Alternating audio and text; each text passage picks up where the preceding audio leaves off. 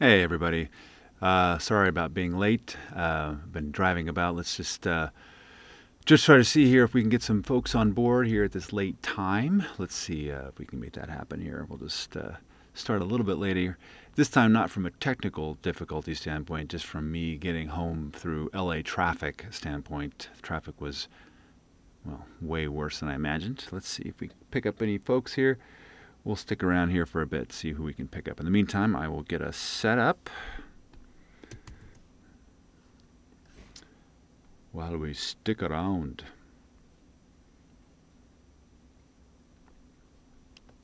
Just turn the computer on so it's still booting. A bunch of stuff for cache. If you've ever tried that, you know how much fun that is. C1, we can boot this. Boot.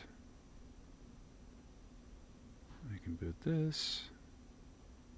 Boot.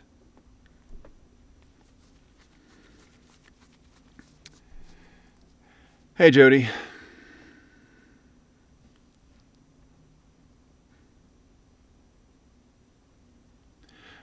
Just running a little late today.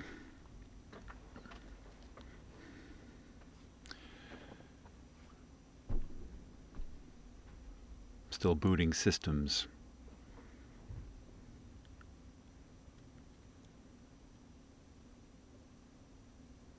What's this? Ah, yes. And taking forever for everything to boot. Open. Trying to open Adobe Audition. I don't know if you've all noticed, for those of you who are on Macintosh, how slow things are booting nowadays with these new systems. I'm actually back on Sierra, and I went to High Sierra, which is like the worst operating system of all time, and then decided, I actually downgraded my computer back, and it's never been the same since, which I suppose is normal, even after I formatted the whole hard drive and everything else. So sometimes upgrading isn't the best thing to do, and I'm scared to death to go to this Mojave thing that they've got rolling around. It makes me very nervous. So, and I don't think anybody's yet supporting it in terms of audio or nonlinear editors. So I ain't going to be doing it anytime soon. Cool. Still booting. But let's see, we've got a few more people. This is cool. Awesome.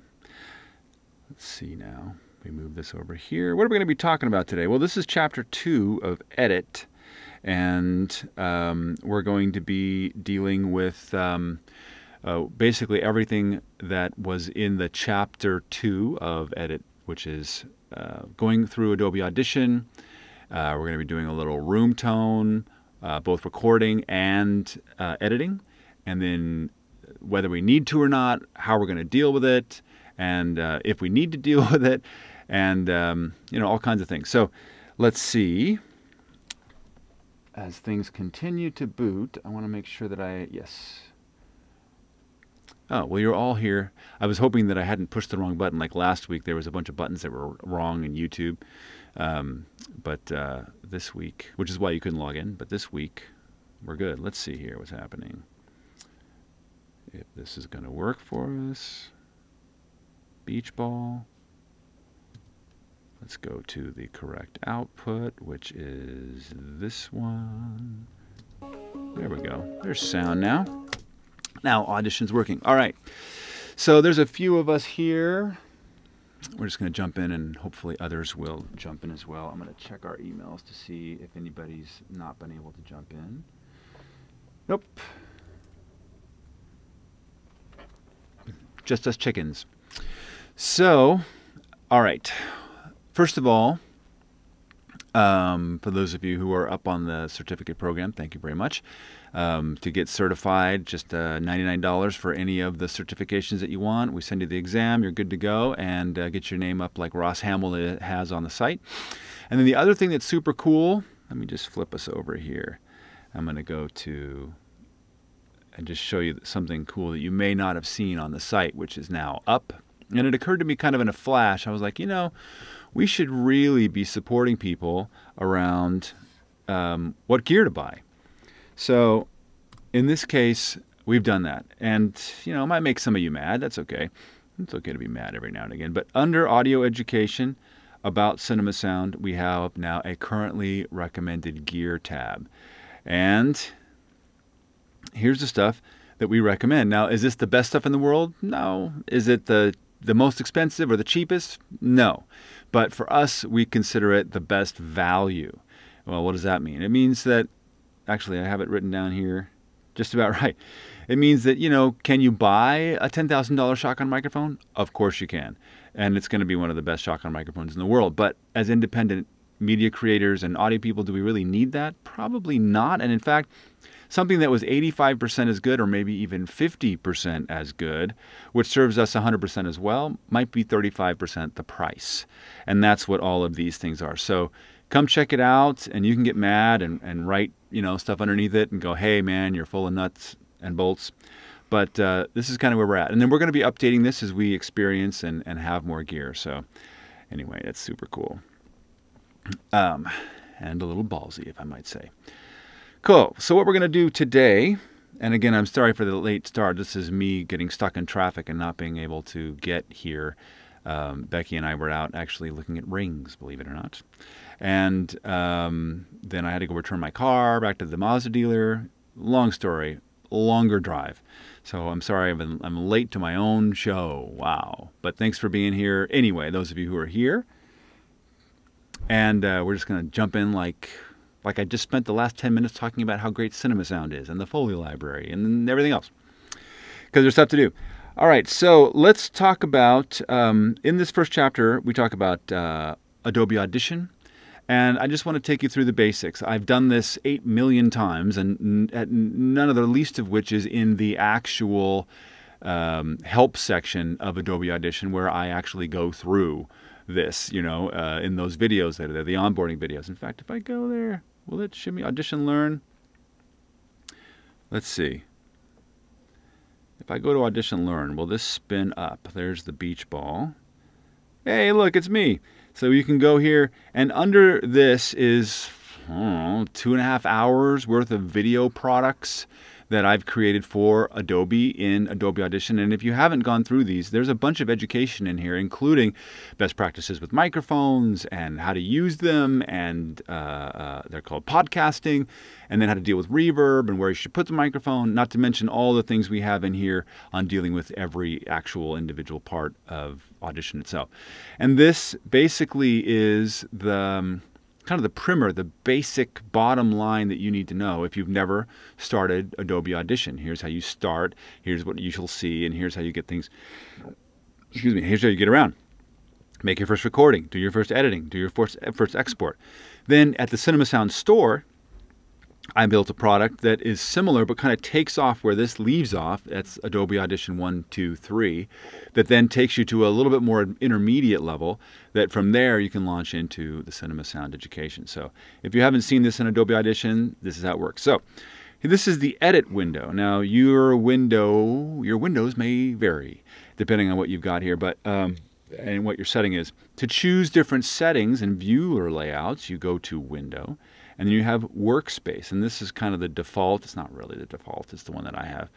But you've got Classic and editing and dealing with loudness and mixing, radio production. You can build your own, which is what I've done in many different ways. I'm currently not on this computer. That's weird. But so you can just set this up any way you want, your order, how you have your windows. How do we deal with our windows? Well, that's something that took me a while to figure out, but once you figure it out, it's true in almost all Adobe CC products. Let me show you. So up here, these windows each have their own size, their own placement, and their own tabs. So if I want to click on the mixer, I just click on these tabs. If I want to click on the effects rack, I click here, the browser, the markers, the properties, the track panner, etc. Even down here, you probably can't see because it's covered up a little bit, but even down here, you've got levels and selection view. Well, let's say I wanted to take, say, effects rack and put it in this window. Well, that's really easy. If I go over here and click and hold, see how it starts dragging it around and I get these blue boxes. Wherever these blue boxes go is where this new tab is going to go. If I put it over here so that it lights up the left, that means I'm actually going to have a window bumped in to the left side of this, like this. So if I release, see how it puts it over here? But if I don't want that, if I want to put it on the top, make it another tab along with these tabs, I do that. And now I have the effects rack. I can move it over like this. I get my mixer, my editor, and all of that. I can also click on the 3 little lines that are here, this little thing here, and I can say undock. And now it's on its own little cool window like this. And of course I can get rid of it altogether by saying close panel, or just bring it back in the same way and it drops it back to its original position, which may seem a little cumbersome but I promise you it's way more expansive and way more awesome. And what's great about it is that whether you're on Mac or PC, it's the same. And that's one of the great things about the environment of Adobe products, is that they are neither Mac or PC. They're Adobe, so they're the same on either platform, which is a little bit of a pain at first, but once you get it, you're like, wow, I can pick this up on anybody's computer and it's going to feel the same, which is super, super useful. All right, let's jump in here. So these are tracks, which by now, if you've been this far into the education, you kind of get what a track is. Basically an assortment of clips that are in time. If I open the entire timeline up, you can see I've got a bunch of these tracks here. These clips here on these tracks. And we can click up here and move the timeline around, play marker, and move in time. And you can see down here in this area the time marker moving as I move the play marker. And we can even scrub if we like, which is cool. Up here you can see a kind of very compressed view of all of the tracks, and you can see these clips go sort of 2/3 of the way out, and then this long one out here goes to the bottom. And as you have multiple tracks, like maybe 80 to 100, this actually starts scrolling. You can scroll up and down with it. And what I just did over here is do the actual scroll of tracks, which is over here, this little cool thing. And this will always show you all the tracks, no matter how many there are, and they can sometimes get really compressed. And you can see the color here. So that yellow track, if I move down, is this bus, and you can see that it's also yellow. So it all corresponds. So when you have color coordinated tracks, like I showed you last week how to do, you can easily drop and see, oh, I'm going to move to dialogue because it's all red, let's say, or I want to go to music and it's all purple, and I can scroll down and I can see that and just jump to them very quickly, which is great.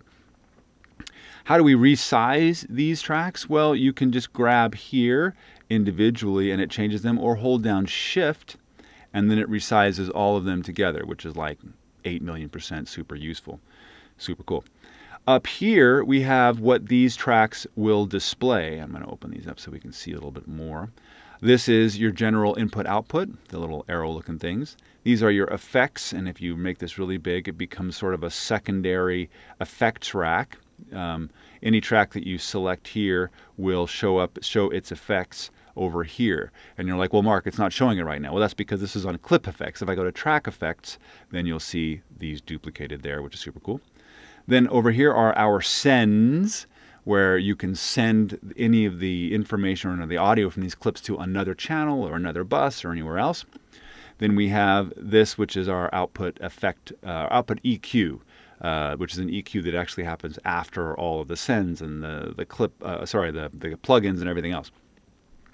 Up here we have the ability to set a metronome. This toggles global clip stretching on and off, which means you can make these clips here longer without making the pitch different. And of course you'll get a few artifacts, but it's actually pretty good. And then snapping, which you should all be reasonably well familiar with. As we move down here, you've got the time. This is like a little transport control system, which you can turn on and off if you like. And down here is the master output, so that when I play, you can see the outputs rolling here. And then these LEDs also work independently for each individual channel.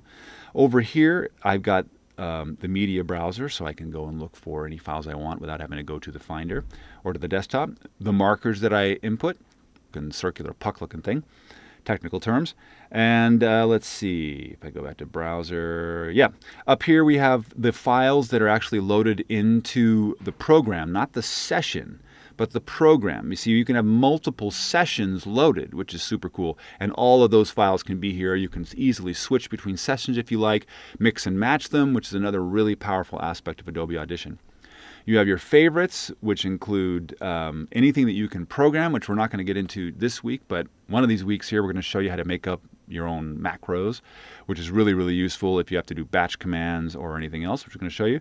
What have you done lately in your undo history? And then, of course, the video track, which I'm surprised isn't playing right now. It's a little weird that it's, oh, it's because it's offline. Good. Okay, any questions about the edit window? Just type them in happily there, and I'll answer them as best I can. Any issues that you've been having that you don't know how to solve? I'm going to jump into a little bit more micro here. You see this yellow line? This is actually volume, and volume for the clip. And you can see as I bring it down, the decibels get lower, and then the decibels get higher. This is independent of track volume, which is found right here. So if I raise this up 15 decibels, this is what, track 4. If I go to track 4, you can see that it's up 15 decibels. If I bring this back to 0, I go to the editor and now it's back to 0 again. This is your straight panner, left and right, because this is assigned to a stereo output. Then you have mute, which mutes this channel. Solo, which mutes all other channels but this one. R for record if you have a particular input, which we're going to use in a second, and then I for listening to that input while you're in record or otherwise. This little funky looking button right here is sum to mono, which is really useful if you've got stereo channels and you're not sure if they're mono compatible. You click this and it drops everything into mono, which is great. Let me just check how we're doing. No questions yet? All right. Go ahead and ask away anytime you want. These little tabs here are actually repetitions of the window workspace. Here you can see edit audio to video, which is also reflected here, which is super cool.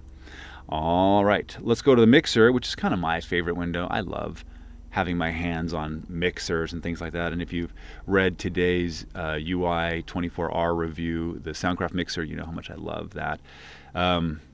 Get your hands on a Soundcraft UIR series of any kind. They will change your religion. They're so amazing. In fact, right now we're running through, instead of running through my F8, now we've got a UIR 24. Everything's running through it.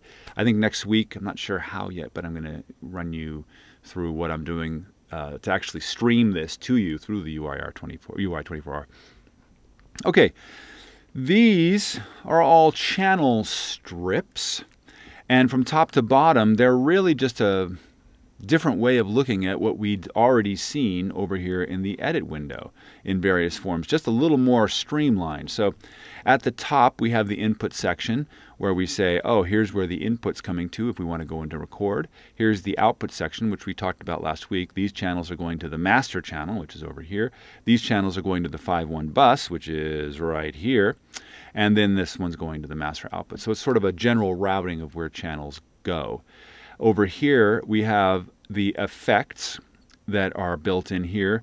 Let's see, if I go to Effects Rack and I click on this channel, here's the 5.1. You can see the 3D Spatial Audio Designer plugin is also reflected here.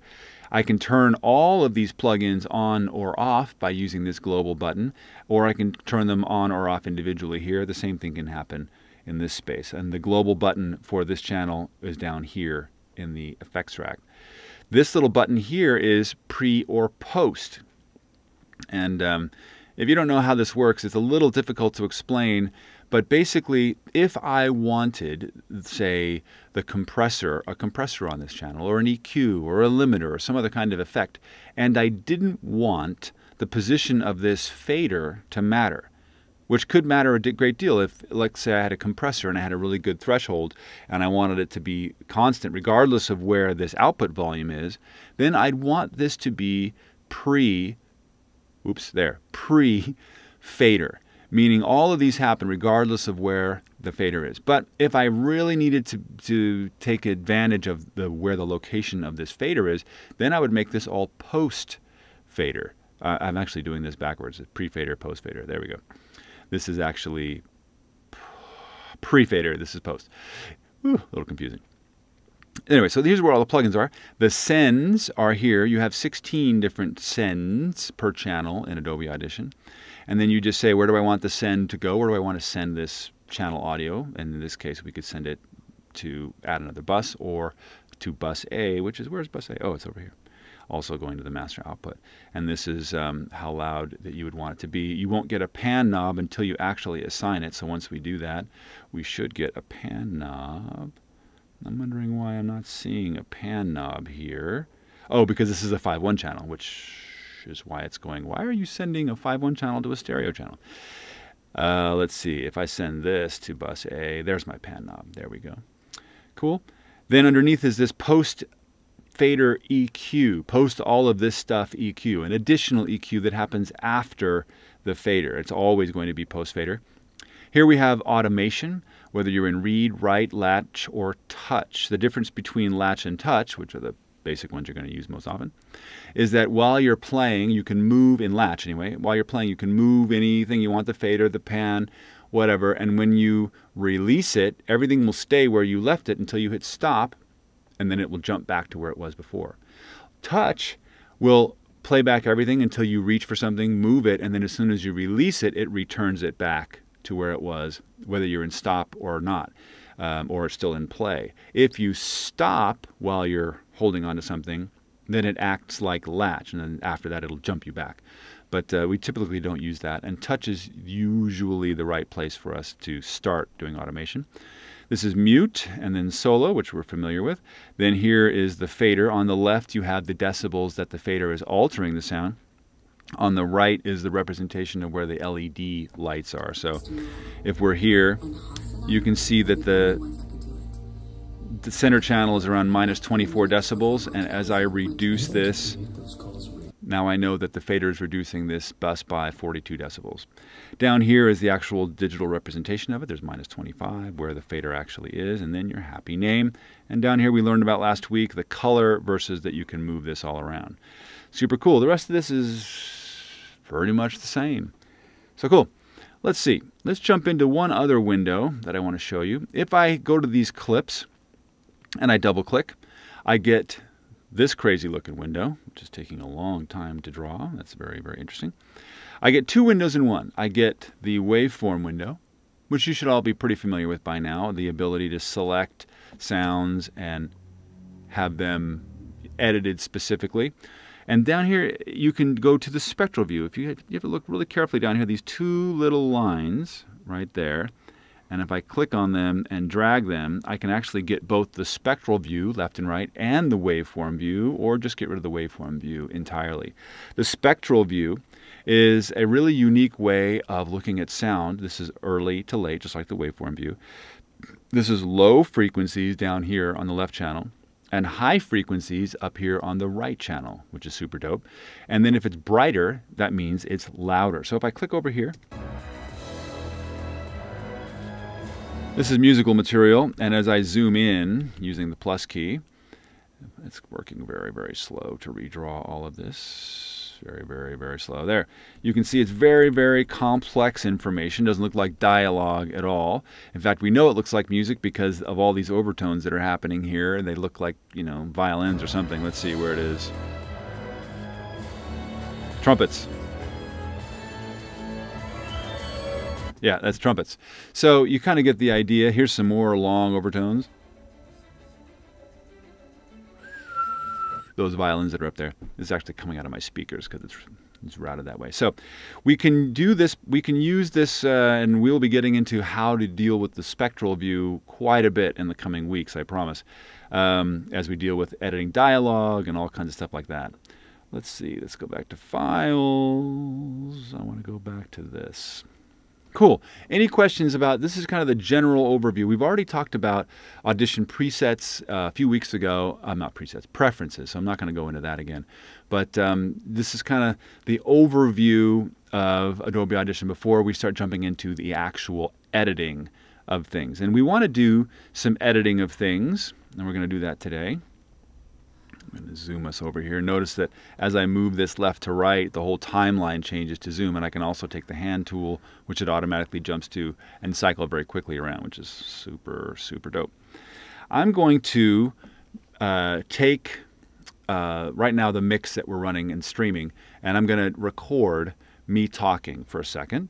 And let's see, where shall we do that? Is there anybody on track 4? Oh yeah, let's just make us a new track. I'm going to go to multi-track. Track, add stereo audio track, there it is, and we're going to call this, I'm just going to click and call this compression recording. There we go. And let's make sure we have the default stereo input. It is. That's lovely. And if I click on record, check 1, 2, there's our level. That's awesome. And now we're going to make the play marker come over here after all of this stuff we've got here. So we've got some free space. I'm going to come down here and click. That looks like a reasonable level. If I get too loud, it's still okay. And we're just going to click record and zoom in here for a second. There. And you can see the waveform is actually being made while we talk or while you do whatever it is you're trying to record. And it's pretty cool. We're just going to record a little bit of me chatting for no particularly good reason, other than we need some source material because I want to talk about recording room tone, cutting out breaths, not breasts, breaths, and general editing techniques for dialogue today. But generally we want to, primarily rather, we want to talk about some room tone. Do we need it? Do we not? How can we deal with it? Etc. Okay, so I've done enough talking and breathing. Let's add a little room tone while we're here, right? Why not? Even though this is in stereo, it's a mono, you're getting a mono signal, so it's just being duplicated in mono, so it's not really stereo. It's just 2 tracks of mono. So we're going to wait for 30 seconds to get us some room tone. Ready? Room tone. Everybody, be quiet now. Everybody quiet. Begin.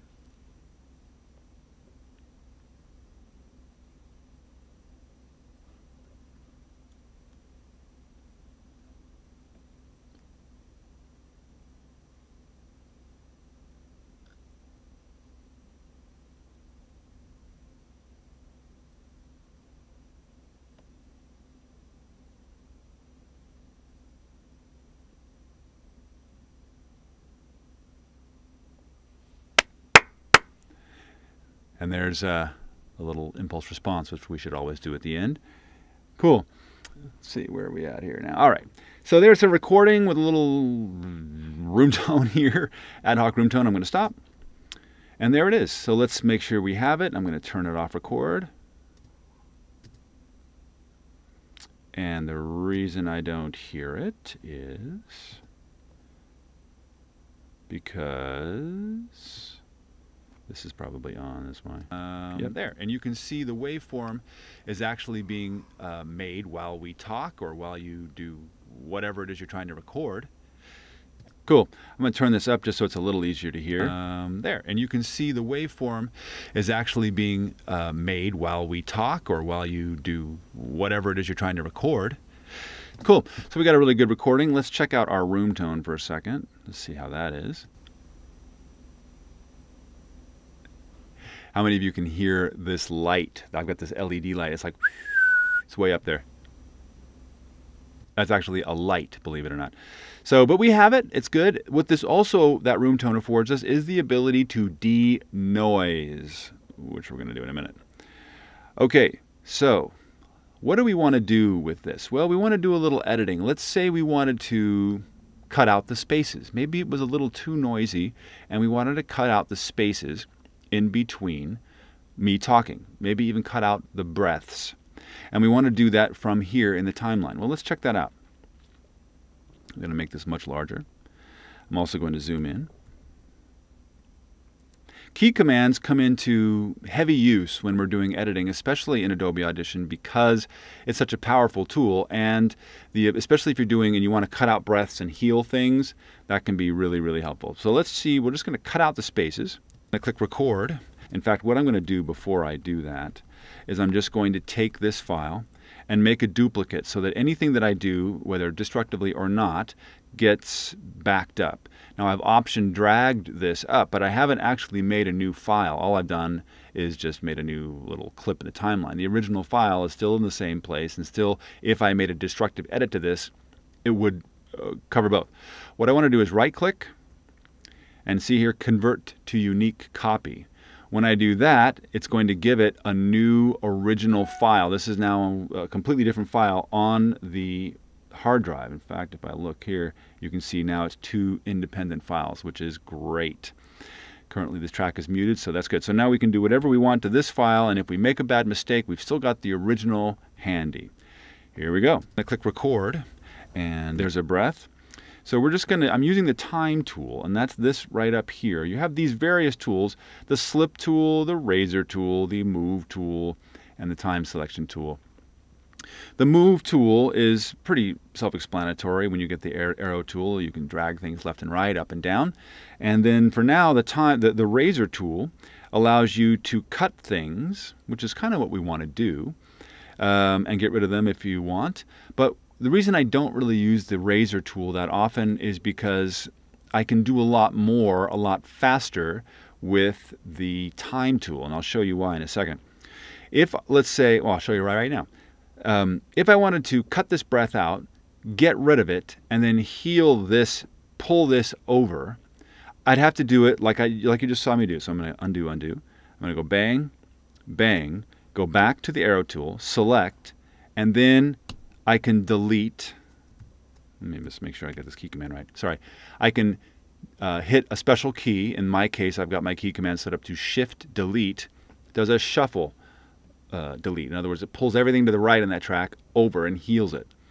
And that's honestly way too many clicks, way too many steps for me. What I would rather do is use the time tool, select everything that I want to do here, get rid of, and then, then hit Command K for cut. It puts the two cuts in for me, and then Shift Delete. That's 2 steps less. I don't have to sit there and try to click or anything like that. I can do this with the time tool. Super dope. Well, let me just make sure I got that right. That sounds pretty good to me. I'm going to Shift Delete and cool. And that would work. Now, I'm not going to show you how to move things because I want to get into room tone. But that's how you would do a really easy way of moving super fast through your clips and being able to select, delete, heal, select, delete, heal, select, delete, heal, especially for those of you that are doing podcasts and you want to get rid of unwanted breaths or noises or spaces in your production, your timeline. That's one of the big selling points for me that I tell people about Audition versus Audacity, how much faster this is. So, all right, so we've got that. I'm going to zoom out. And while I have this selected, I'm going to, let me just make sure I've got this right. Oh, I don't. I need a key command for mute. I'm not sure why that's not in there. My key commands have gone somewhere. Because I want to be muting these as I cut. So let's zoom back out because I may deselect on accident. In fact, I'll deselect on purpose. Let's go to Preferences.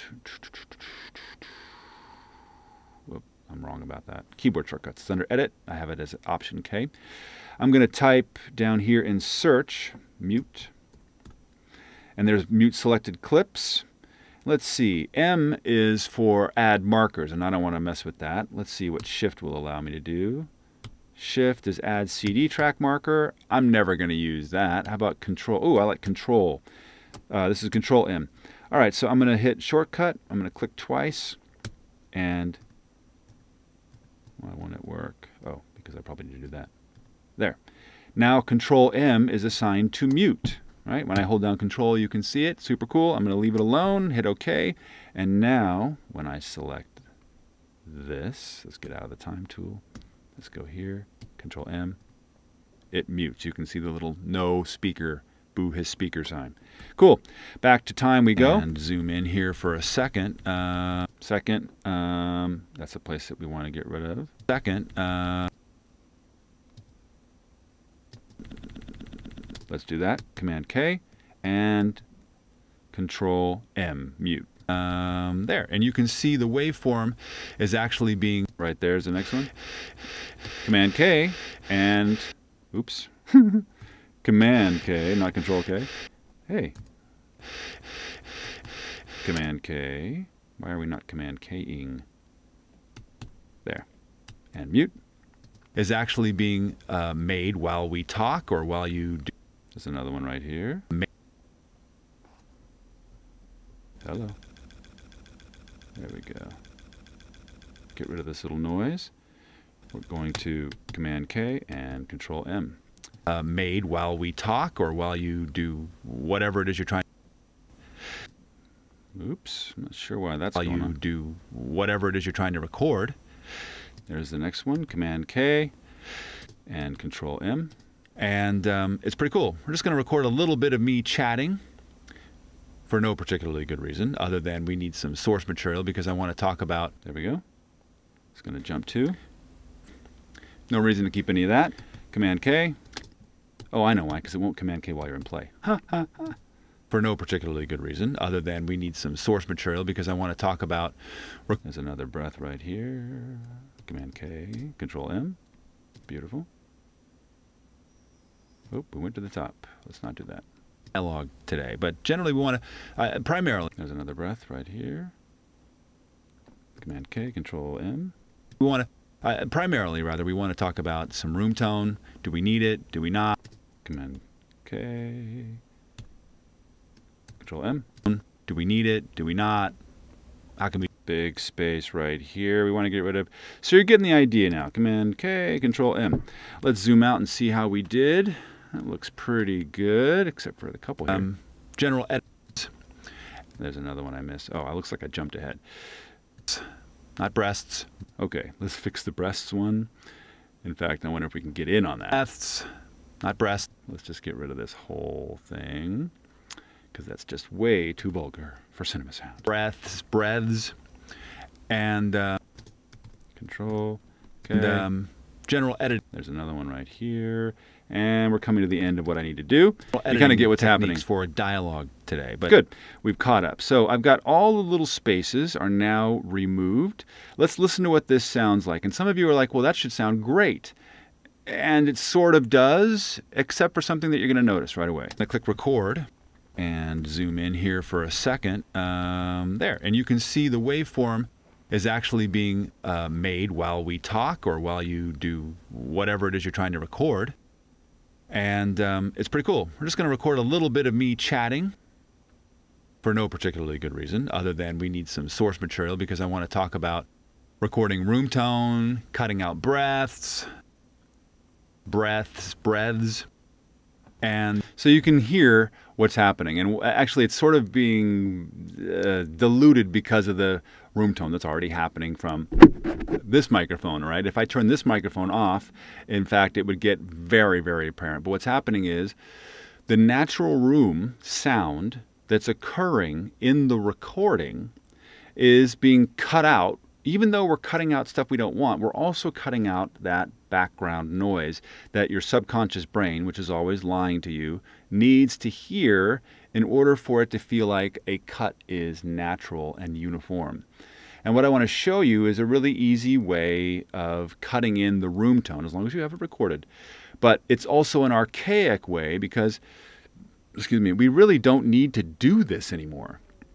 But I want to show you how to do it because it gives us a great exercise in editing and using some of the basic tools of Adobe Audition to get a great sounding edit. So we know we have the room tone over here somewhere. I'm just going to slide it over. There it is. And I'm just going to select it all wholesale. I generally recommend that you record at least 30 seconds of room tone or more, which is what we have here. I'm going to add another track. I'm going to make this much smaller. I'm going to go to multi-track, track, add stereo audio track. This is going to be called room tone. I'm going to drag this down and I'm going to bring this over here. Now this is a really, really long piece, but we'll need it. And the reason we want lots of room tone, not as much as we'll need for ambiances, which is 60 seconds or more, but because if you use the same little piece over and over and over and over and over again, your brain of the listener starts going, hey, didn't I just hear that? And it starts feeling like looping. So what do we need to do? Well, I'm going to use the up and down, or maybe I'm not. Interesting. Boy, my key commands have really gone away. So weird. Good opportunity to fix that. I like to have the up and down arrows as moving from one cut to the next. So let's see. Clip. Shortcuts. Clip.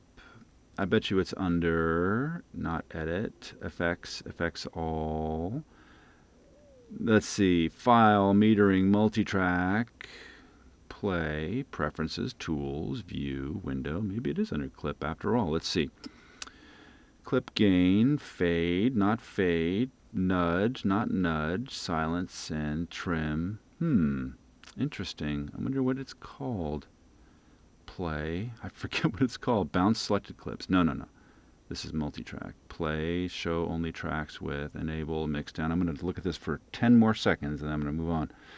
And clip properties. Maybe it's not called clip. Maybe I just go jump. Jump to time. Next.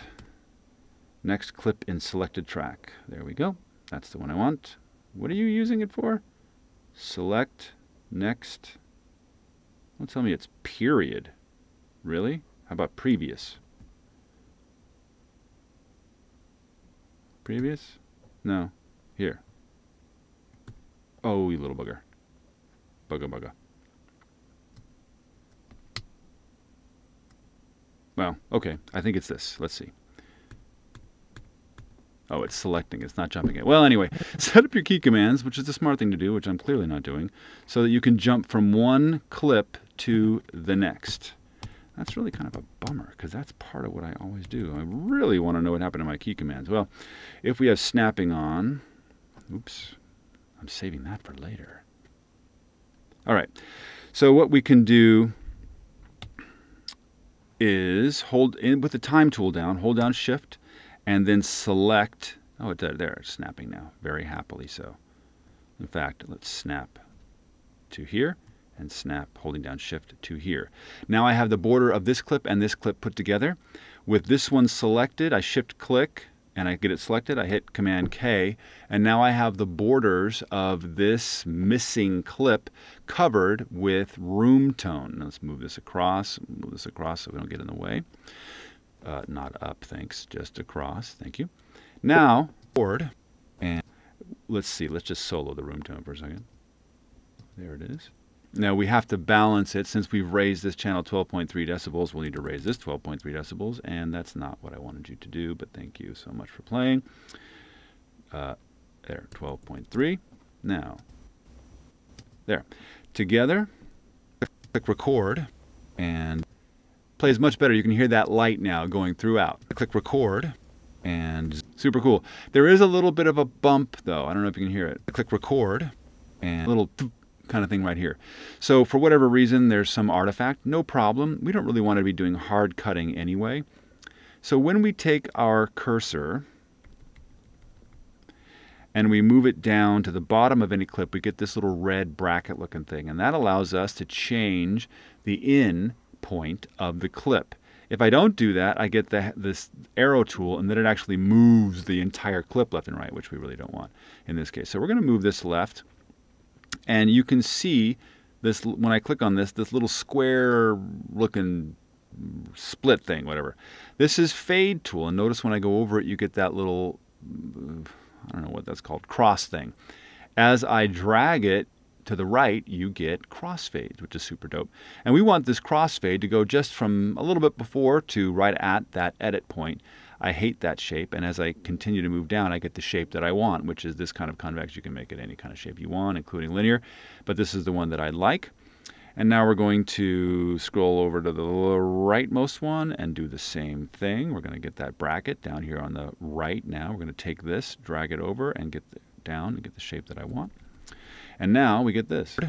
Way more runway required. Click record, and pretty cool. Click record, click record, and now the room tone's flawless. We're still hearing that little tick, which means that I've not edited it properly. There's a little something going on in here. We can just do this. There we go. All better now. Click record and zoom in here for a second. There's the next one. So that's cool. What some people do is they'll just take the room tone and then just drop it on the whole thing and then just try to blend it. You can do that, but the problem with doing that, of course, is that you're adding now double the room tone while the person's speaking, and then the dialogue room tone, because it's in the dialogue track, drops out and you're left with only the room tone track. And really you're getting the same result, which is double the room tone to half the room, to single room tone to double the room tone, which is only slightly better than 1 times the room tone to no room tone to 1 times. It's better, but nowhere near as good as, you know, having an actual cut for your room tone. So here we go. We're going to shift, we're going to click, we're going to shift drag, and then shift. I need to zoom in just a little bit more. Shift drag, click, cut, and I'm going to mute this one and drag this one over. I'm going to make this one a little bit longer. Crossfade. This one over a little bit longer. Crossfade. Let's see how this cut went. I'm in here for a second. Flawless. And we can keep doing this speedier and speedier. Speedy delivery. Here. This comes over. This comes over. We move this over like this. We do our crossfade. We move this over like this. We do our crossfade. And see the waveform. Oops, let's mute it. And see the waveform is actually being made, and you just keep rolling on this. And see the waveform is actually absolutely flawless, and we have no repetition of room tone, so it sounds real, even though you're completely making this up. And you just keep doing this down and down and down. Now, why? First of all, before I move on, does anybody have any questions about how this works? And we've been doing this kind of thing when we were even cutting tape with razors. This is how we balance that room tone. Does anybody have any questions about how to do this, or if you've tried it, it didn't work, what was working? Just ask away. Let's see here. Awesome. Now here's why I don't do this process very often, unless I've got a really weird, bad, noisy track. I just don't do this. Here's why. Because modern denoising is really, really good. And we can do a really bang-up job in Adobe Audition doing denoising, so much so that the background noise is usually completely removed anyway, so that when you do a hard cut, you don't notice it anyway because there's nothing going on in that background. So what I'm going to do is line up our backup. Here, it looks like it's good and in sync. Let's double check. You can see the waveform is actually being perfectly in sync. We love it. And what we will do is I'm going to make another copy of it because we're about to do something that's destructive. So I'm going to option drag down, mute, convert to unique copy. And now this is going to get unmuted, yay, and zoom in. And we're going to double click. Double click brings up this spectral view.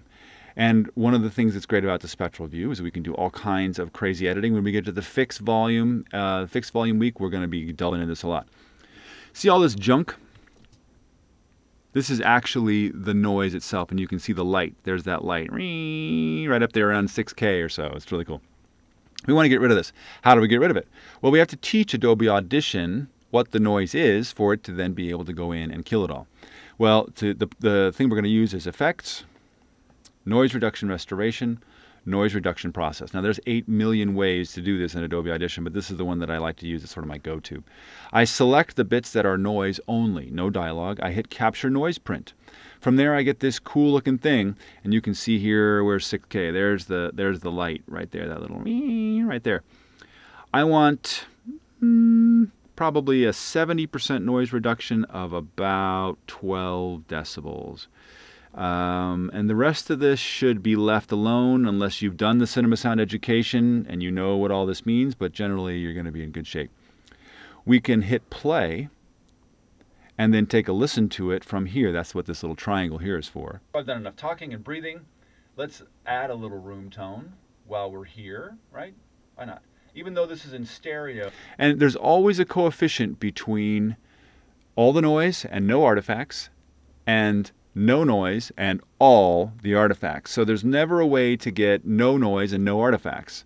Okay, so you got to be careful of how much denoising you're going to do. We're going to go into this so much in the fixed volume when we get there.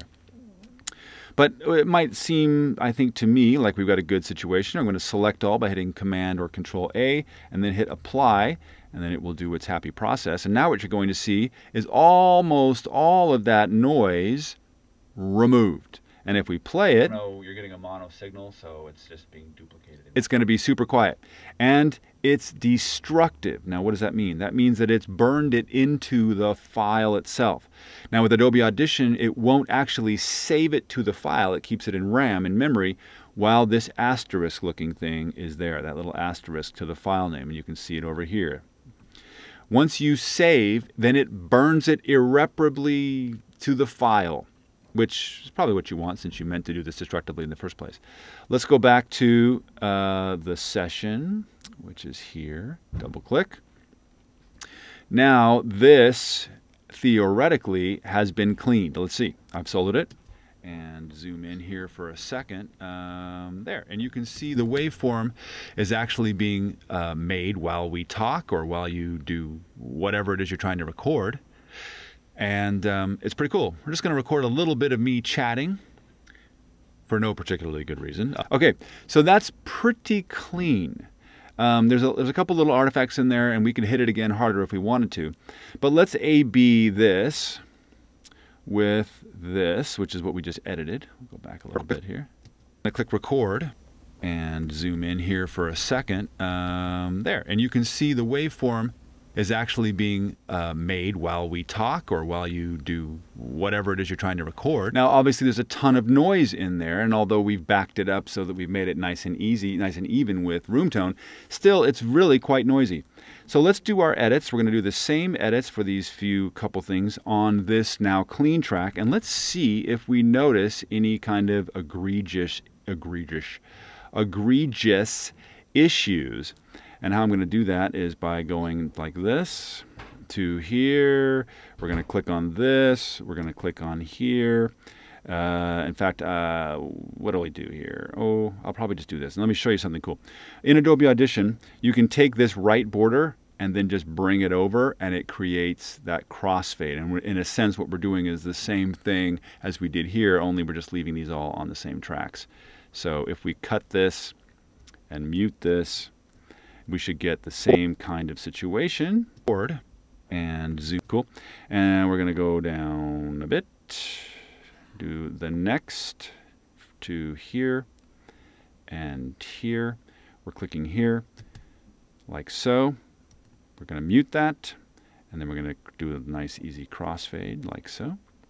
No, not like that. Like this. And I'm just going to go the easy way. Do one more. That's this with this and this. Cut, mute, crossfade, crossfade. It looks like I may need to move this over. Oh, I know why, because I'm cutting into the dialogue. Because it is on the same track. We can't do this way. Okay, we'll just get rid of this one altogether. So we'll just do the good old-fashioned crossfade, the good old-fashioned way, like so we don't lose the dialogue itself. Just fine. Now, when we did this on the old one, because it hadn't been denoised, you hear all of those dropouts, right? It's like, wow, that sounds like crap. But now let's see if we do. I click record and zoom in here for a second. There, and you can see the waveform is actually being made. Not really at all. You hear this weird edit right here because I cut it off. Bad editor, bad editor. Get rid of this. And while we certainly need crossfades, I mean, we need that help if we're going to actually cut hard. You might be able to get away without, but only because in Adobe Audition they have 1 millisecond crossfades even on hard cuts, but usually you want to add a little crossfade. But I click record and zoom in here for a second. There, and you can see the waveform is actually it's pretty dead quiet. And if we go back to this original where we've done the room tone, I click record and zoom in here for a second. There, and you can see the waveform is actually being. So what we're really saying is that there is no difference between this being cut out and this being left in.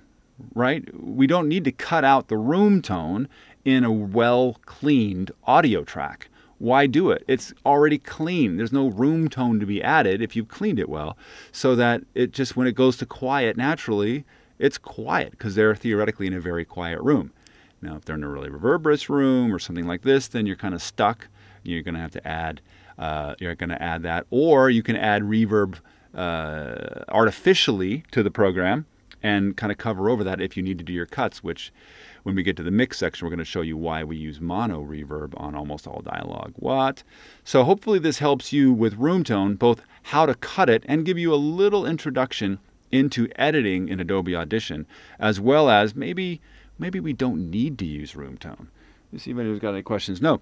All right, so let me see what else we've got on tap for today as we're kind of running out of time, even though we started late. Dialogue syncs, cutting room tone, sample editing, using the right crossfades. We talked about that. Normalizing dialogue with Essential Sound Panel. Let's see. We talk about Essential Sound Panel a lot. Essential Sound Panel is kind of the good sound button when it comes to audio. For those who don't really have an understanding of what it does or how it'll make it work or into the deep dives, what's great about Essential Sound Panel is that it does most of this work for you. I'll just show you a real basic thing of how it works. We go over here, Window, Essential Sound. It drops it usually over here on the right. And what you want to do is select what kind of dialogue or audio or music you have. In fact, we'll just use the same takes that I've been using. And that's here. Let's just use these edits that I made. I'm going to go back to V. I'm going to select all of these, and I'm going to say, hey, Audition, this is dialogue.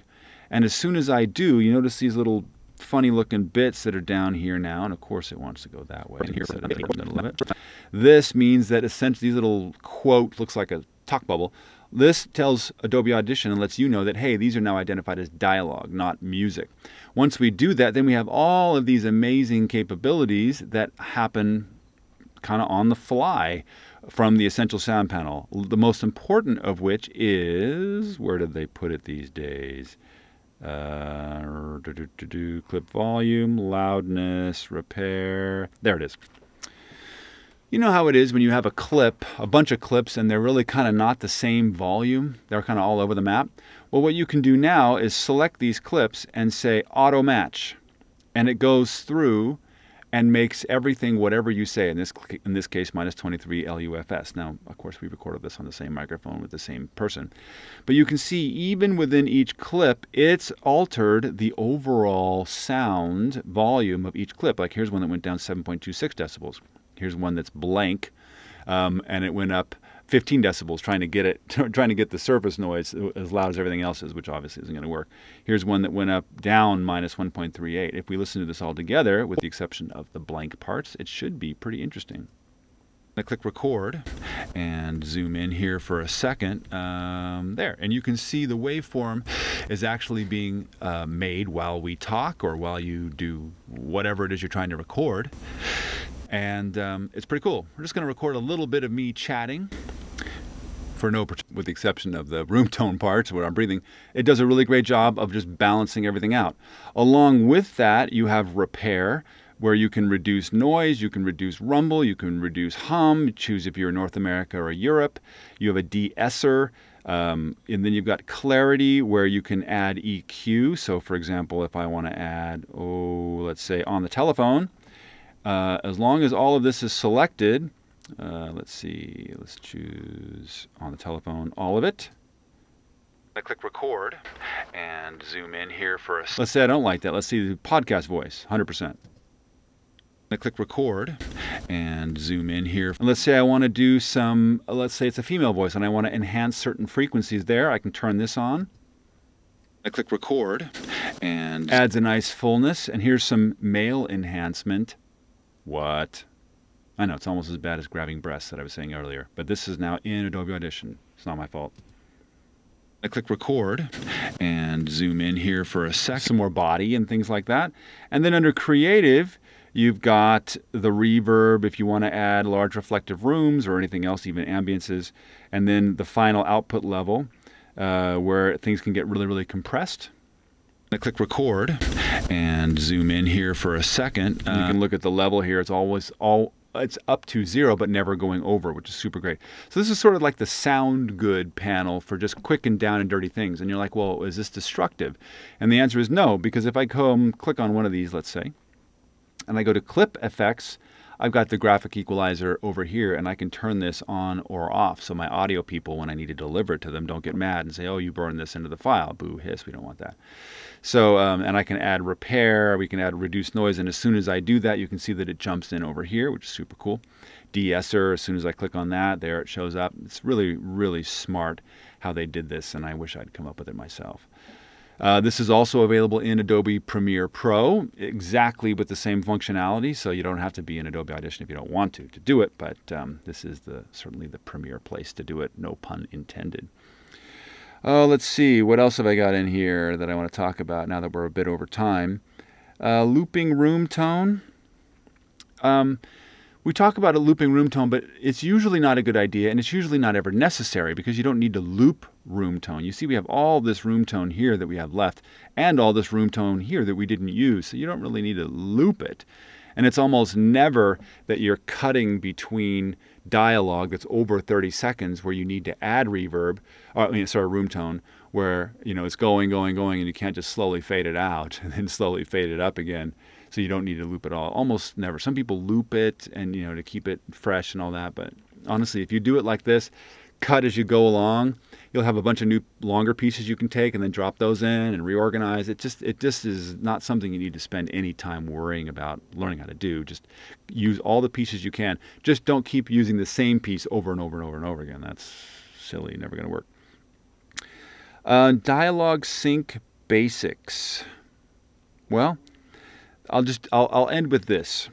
We did a little impulse response here. That's this here. Move over. Here we go. Okay. If you have, let's say for example, this is up here is audio from the camera. Let's say this is like temp audio, okay? And you've got the picture up here, if there were a picture. There's a slate, right? You're going to get, and that slate is a very transient sound that you're going to be able to see on the waveform of your audio, both in the picture and the picture audio here, the reference audio, and in your recorded audio. Well, in Adobe Premiere Pro, you can actually select both of these, right-click, and say synchronize, which is super cool. Unfortunately, I'm not aware that that's possible here, and you probably don't need it to be because most of the work you're going to be doing for synchronizing and assembly is going to be in Premiere Pro anyway, and you're going to dynamically link it to Audition. If not, and you have some stuff you need to manually sync, don't forget that in Adobe Audition you're going to have a lot more resolution than you do in Premiere Pro because you're going to be doing this at 48,000 frames a second, not 24 or 30 or whatever. How we do it is we would select the video and the reference together, or better yet, just the recorded audio, since theoretically the video and the reference audio should have been placed in the timeline. And we just drag this over until we get it where we want. And it's usually a good idea to zoom in pretty far to make sure you've got it right, because even a small, less than a frame divergence is really, really obvious. Maybe if I unmute, we can hear both. Now that's actually plenty fine in sync for video. That's actually under 42 milliseconds. But for us in audio land, you can immediately hear that it's wrong. It's out of sync. And visually, you'd be like, oh, that looks, it's frame per frame. That happens on the frame. But it's happening either slightly before the frame cut or slightly after the frame cut. And like I said, you can immediately hear in audio land. That's a big deal. And this is about the difference, probably the difference of maybe 20 feet, maybe 20, 25 feet between the camera and the actors. If you were using the on-camera mic, this is kind of the delay you'd be experiencing. And you'd be like, why is that out of sync? I know I use pluralize, and I know it's in sync with the reference. Well, that's because the reference is late.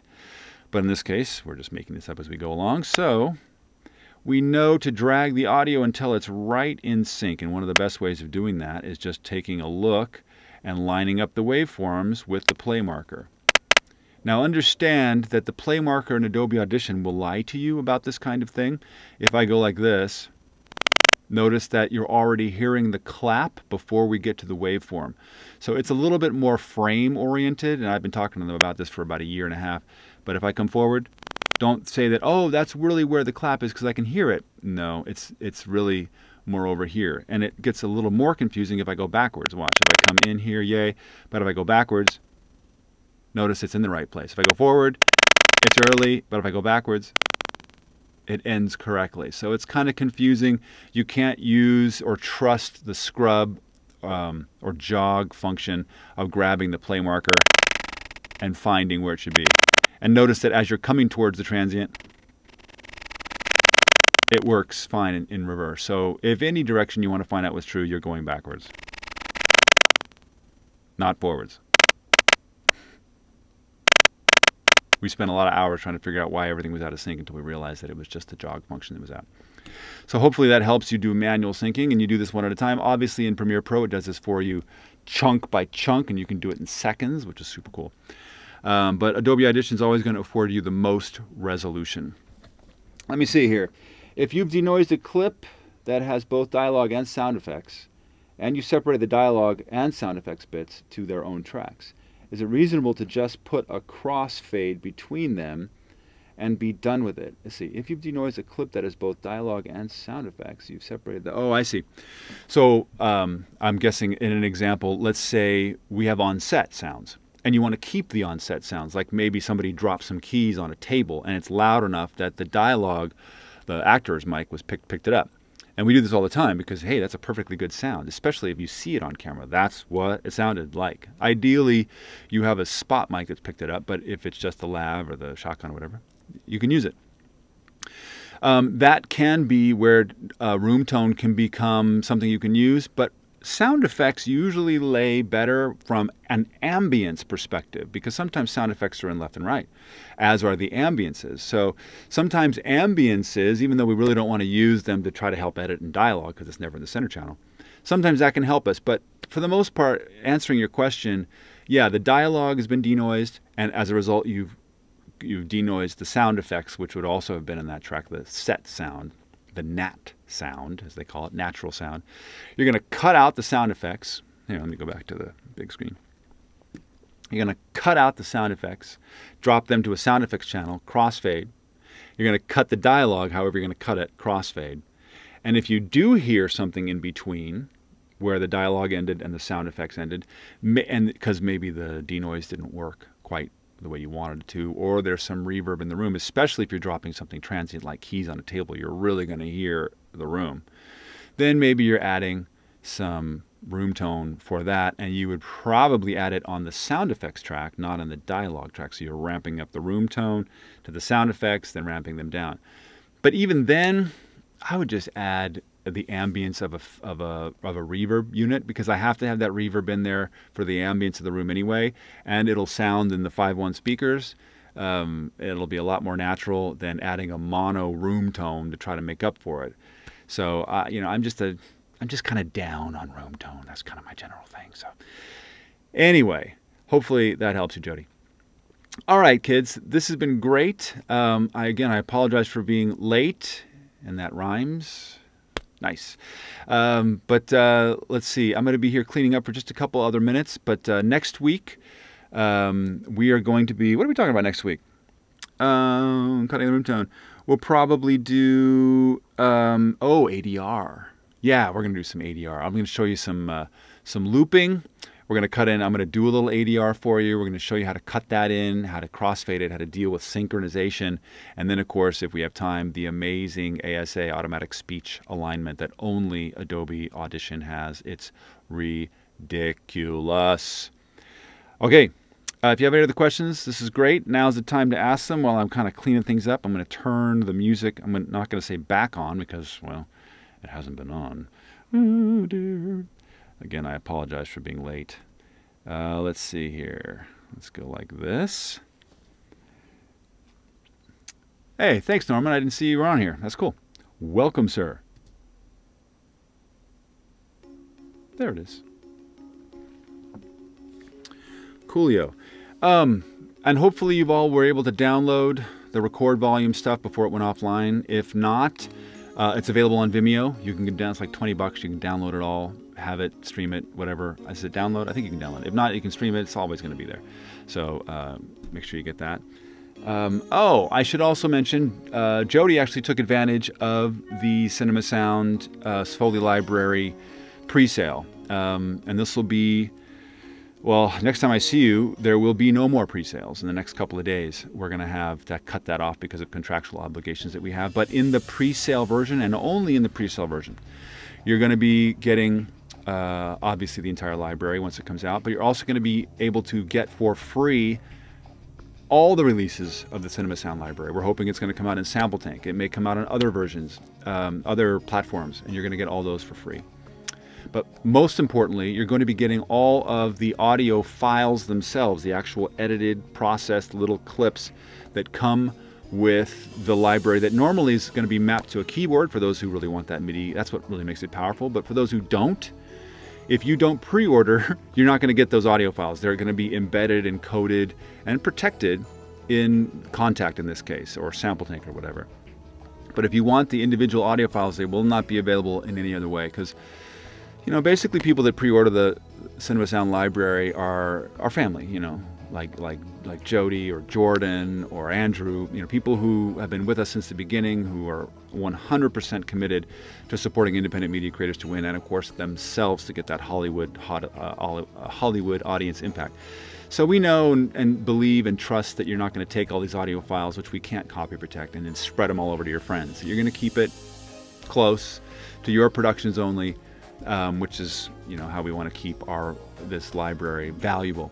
But then the last thing you're going to get, which no one is going to get unless you pre-order, is all of the audio that we've recorded, even the stuff we didn't use in the library.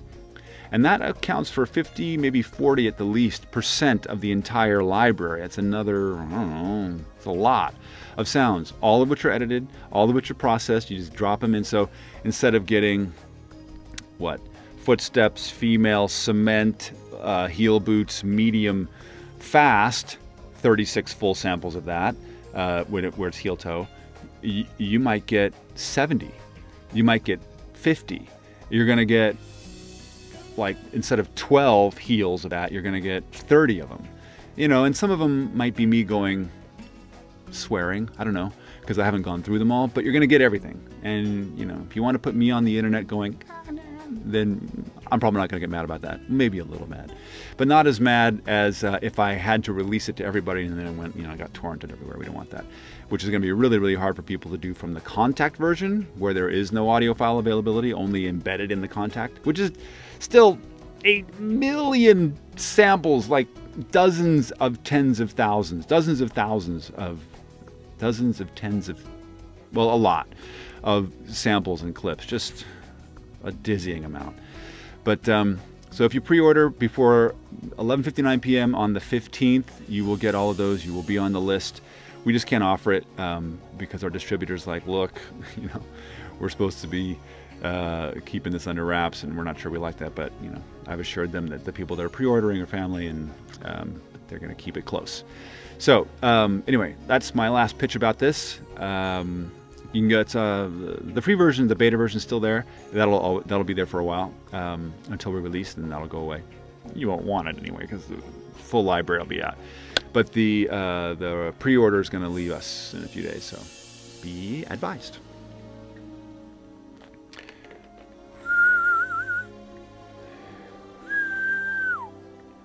Let's see, what have I got here?